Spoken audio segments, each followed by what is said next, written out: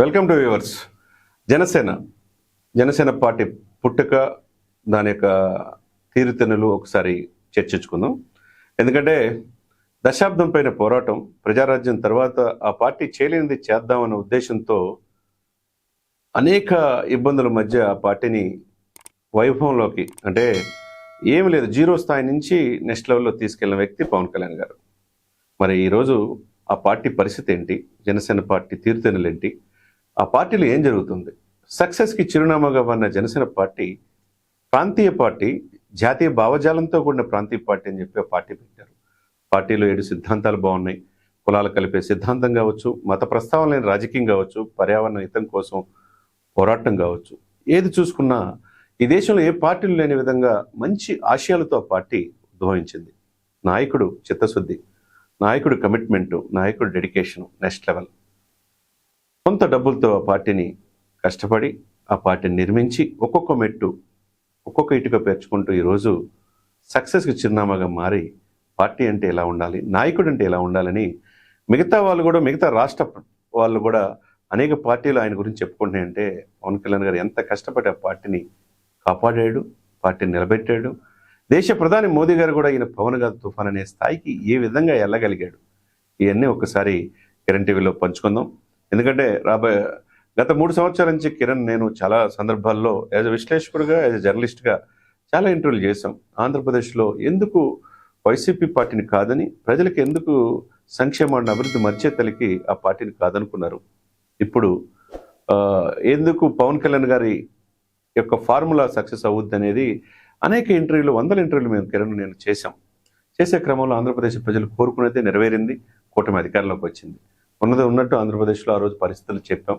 ఈరోజు వచ్చి కూటమి అధికారంలో వచ్చిన తర్వాత కూడా ఎప్పటికప్పుడు ప్రోగ్రెస్ షీట్ ఎవరెవరు ఏ విధంగా పరిపాలిస్తున్నారు, ఏ విధంగా సూపర్ 6 గ్యారెంటీలు అమలు కాలేదనేది కూడా కిరణ్ టీవీలో చెప్పాం. ఎందుకంటే మాకు కానీ, విశ్లేషకుడిగా నాకు కానీ, కిరణ్ కానీ ఎటువంటి ఇది ఉండకూడదు. ప్రజల్లో ఏమున్నదో చెప్పాల్సిన బాధ్యత మనది.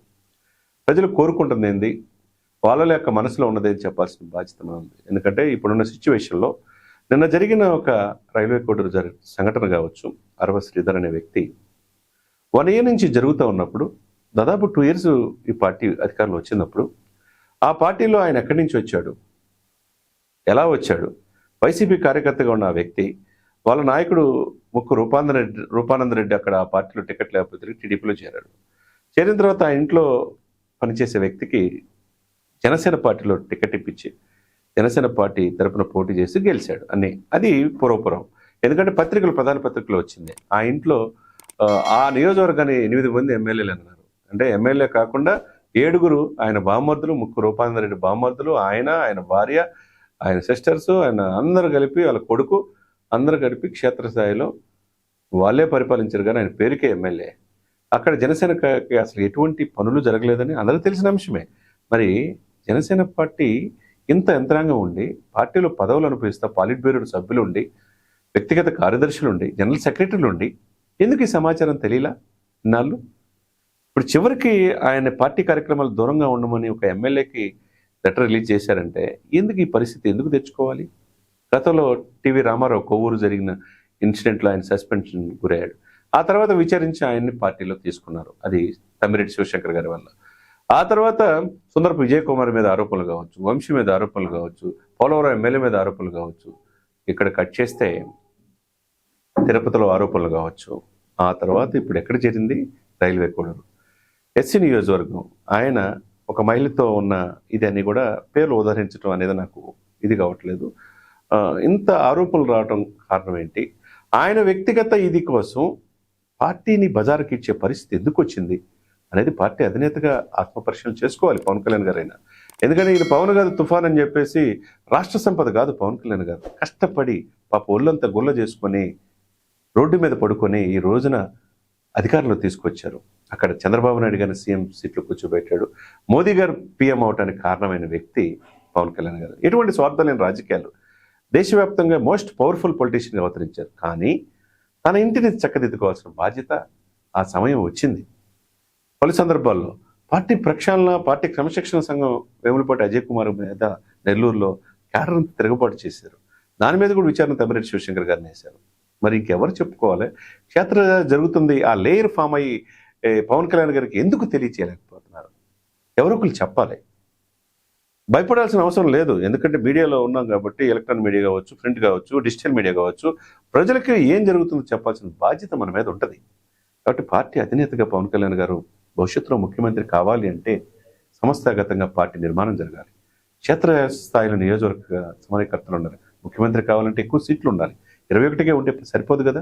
మరి 175 నియోజకవర్గాల సమన్వయకర్తలు ఏర్పాటు చేసుకోవాలి. దశాబ్దం పైన జెండా మోసిన వాళ్ళకి పదవులు ఇవ్వాలి. ఎప్పటికప్పుడు చెక్ చేసుకుంటూ ఉండాలి ఏం జరుగుతుందనేది. వారానికి ఒకసారి రివ్యూ మీటింగ్ చంద్రబాబు నాయుడు గారు మరి లోకేష్ చేసుకుంటూ ఉన్నప్పుడు వారానికి కనీసం ఒక్క రోజన్నా రివ్యూ మీటింగ్ అధినేత పవన్ కళ్యాణ్ గారు చేసుకోవాలి. కొంతమందిని నమ్మితే ఈరోజు ఈ విపత్కర పరిస్థితి వస్తుంది.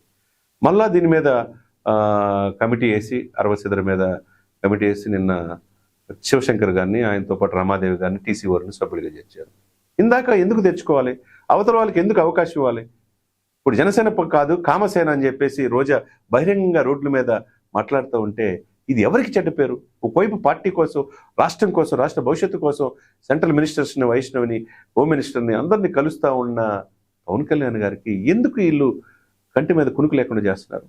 ఒకవైపు పార్టీకి ఆయన రాష్ట్ర స్థాయి నుంచి దేశవ్యాప్తంగా ఫిగర్, మోస్ట్ పవర్ఫుల్ పొలిటీషియన్గా దక్షిణ భారతదేశంలో ఎమర్జ్ అవుతున్నాడు. తమిళనాడు లేదు, కర్ణాటక లేదు, కేరళ లేదు. ఒకవైపు మహారాష్ట్రలో మరాఠీకి కూడా వెళ్ళి సిక్కుల ఆ సమావేశానికి హాజరైన ఆ వ్యక్తికి ఎందుకు ఇంత చెడ్డ పేరు తీసుకొస్తున్నారు?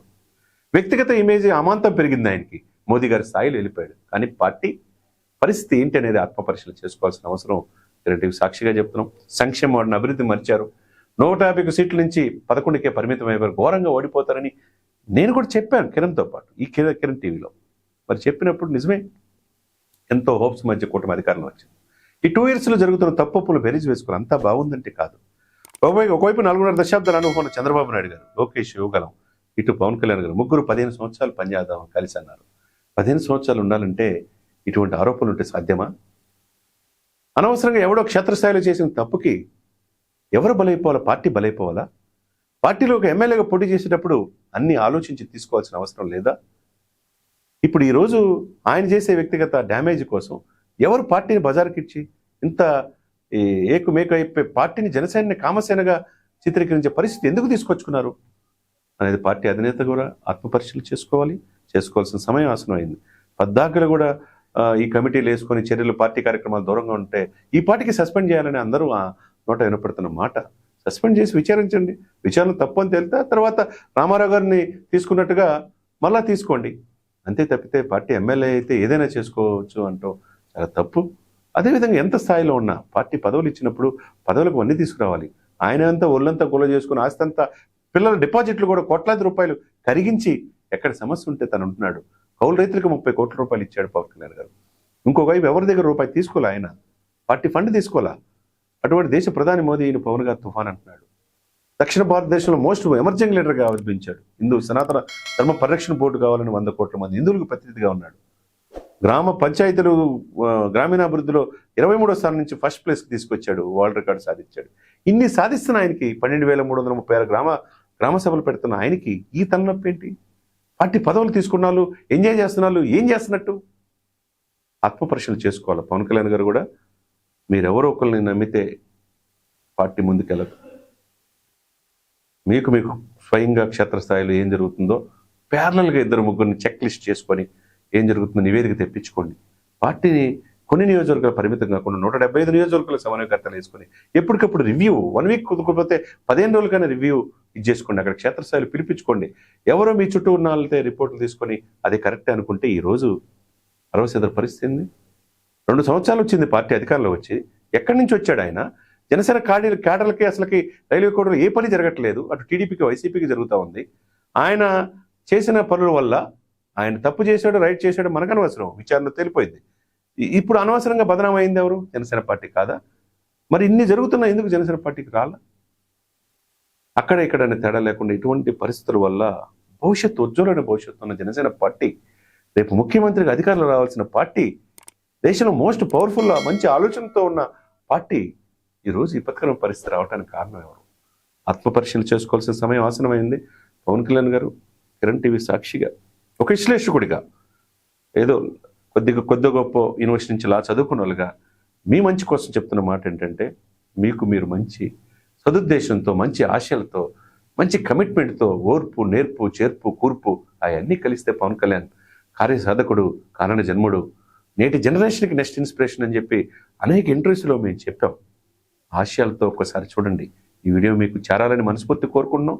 మీ పార్టీ బాగుల కోసం, మీ పార్టీ భవిష్యత్తు కోసం, మీరు 15 సంవత్సరాలు కన్న కలలు సాకారం కావాలంటే ముందు మీ పార్టీ, మీ ఇల్లును చక్కదిద్దుకోవాలి.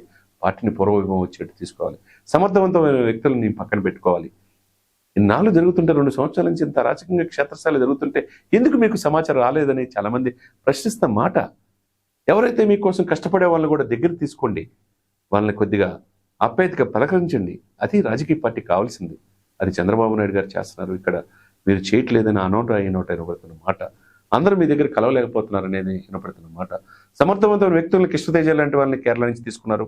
సమర్థవంతంగా దేశ స్థాయిలో పేరు వస్తుంది. అదేవిధంగా తమ్మిరెడ్డి శివశంకర్ గారు లాంటి వాళ్ళని నిజాయితీ పరులు తీసుకున్నారు, మంచి పేరుంది. అదేవిధంగా మల్లికార్జున గారు లాంటి ఫారెస్ట్ అడ్వైజర్గా తీసుకున్నారు, గొప్ప పేరుంది. ఎవరు ఊహించిన విధంగా ఎటువంటి అనుభవం లేని మీరు ఎమ్మెల్యే అయ్యి ఫస్ట్ టైంలోనే హ్యాట్రిక్ కొట్టారు, 6లు కొట్టారు. ఈరోజు దేశం మొత్తం మీ వైపు చూసుకునేట్టు చేసుకోగలుగుతారు. దీనితో పాటు మీరు మంచి ఆశయాలతో దేశ స్థాయిలో విస్తరించాలన్న జనసేన పార్టీ ఈరోజు తెలంగాణలో కూడా పోటీ చేస్తుంది. మంచి శుభపరిణామే. భయపడి పారిపోయే పార్టీల కంటే మీరు క్షేత్రస్థాయిలో నిలబడి కేటర్కు ధైర్యాన్ని ఇస్తున్నారు. ఆ ధైర్యంతో పాటు మీరు పవన్ గారు, తుఫాన్ అని మోదీ గారు అంటున్నారు. మీ లెవెల్ ఆ స్టేజ్లో ఉన్నప్పుడు మీ స్థాయిలో మీ పార్టీ, మీ చేతిలో ఉన్న పార్టీ ఎందుకు దూరం అవుతుంది అనేది ఆత్మపరిశీలన చేసుకోవాలి. పార్టీని మరింత మంచి ఉత్సాహవంతులైన యువత ఉంది మీతో పనిచేయటానికి. మహిళలు ఉన్నారు, పెద్దలు ఉన్నారు. అటు సినిమాలో రాజకీయాల్లో సక్సెస్ అవుతున్నాడు. అన్నకు మించిన తమ్ముడుగా మీరు ఆవిర్భవించారు. మోస్ట్ పవర్ఫుల్ పొలిటీషియన్గా భారతదేశ చరిత్రలో మీరు నిలిచిపోయారు. కాబట్టి జనసేన పార్టీలో ప్రక్షాళన ప్రారంభం అవ్వాలి. ఎటువంటి చెడు పురుగులు అయితే ఉన్నాయో ఏరి పారేసేయండి. చాలామంది యువత మీతో నడవటానికి సిద్ధమై ఉన్నారు. కాబట్టి క్షేత్రస్థాయిలో సమూలమైన మార్పులు జనసేన కావాలి అనేది అందరూ చెప్తున్నమాట. అదే విషయాన్ని కిరణ్ టీవీ సాక్షిగా జనసేన పార్టీ అధ్యక్షుడికి, ఆ కార్యవర్గానికి, ఆ అభిమానులకి కిరణ్ టీవీ సాక్షిగా మరొకసారి తెలియజేద్దాం అనేది మా ఉద్దేశం.